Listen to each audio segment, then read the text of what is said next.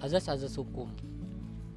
Nullum delictum nulla poena sine pravia lege poenali, yang artinya tidak ada suatu perbuatan dapat dihukum tanpa adanya peraturan yang mengaturnya terlebih dahulu sebelum perbuatan dilakukan, atau yang biasa disebut juga dengan azas legalitas. Lex specialis derogat legi generalis, yaitu hukum yang khusus mengesampingkan hukum yang umum. Lex superior derogat legi inferior, hukum yang lebih tinggi mengesampingkan hukum yang lebih rendah tingkatannya.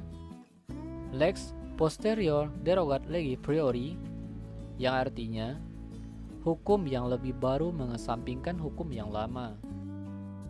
Lex dura sed tamen scripta, yang artinya peraturan hukum itu keras karena memang demikianlah sifatnya. Ius curia novit, yang artinya hakim dianggap mengetahui hukum. Audi et alteram partem, hakim harus mendengar para pihak yang bersengketa secara seimbang sebelum menjatuhkan putusannya.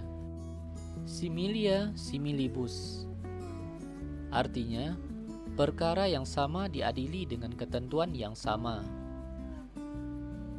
Judex ne procedat ex officio, yang artinya hakim bersifat menunggu datangnya tuntutan hak diajukan kepadanya. Presumption of innocence, yaitu azas praduga tak bersalah. Seseorang tidak boleh dianggap bersalah sebelum dapat dibuktikan sebaliknya.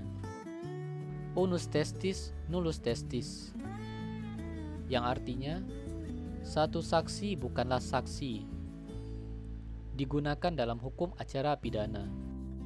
In dubio pro reo, yang artinya dalam keraguan hakim menggunakan hukum yang lebih ringan terhadap terdakwa.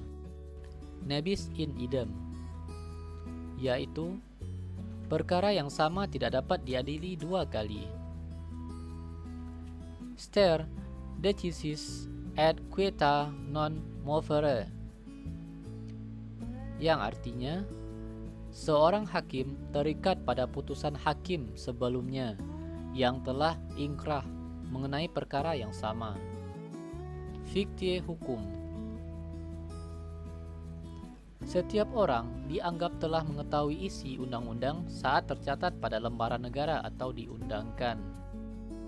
Azas publisitas, yang artinya negara bertanggung jawab untuk menyebarluaskan atau mempublikasikan undang-undang sebelum diundangkan, sehingga warga negara mengetahui isi undang-undang tersebut.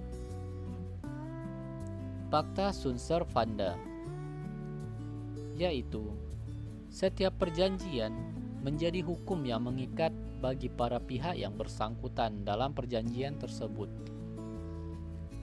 No punishment without guilt, yaitu seseorang tidak dapat dihukum jika tidak terbukti melakukan kesalahan.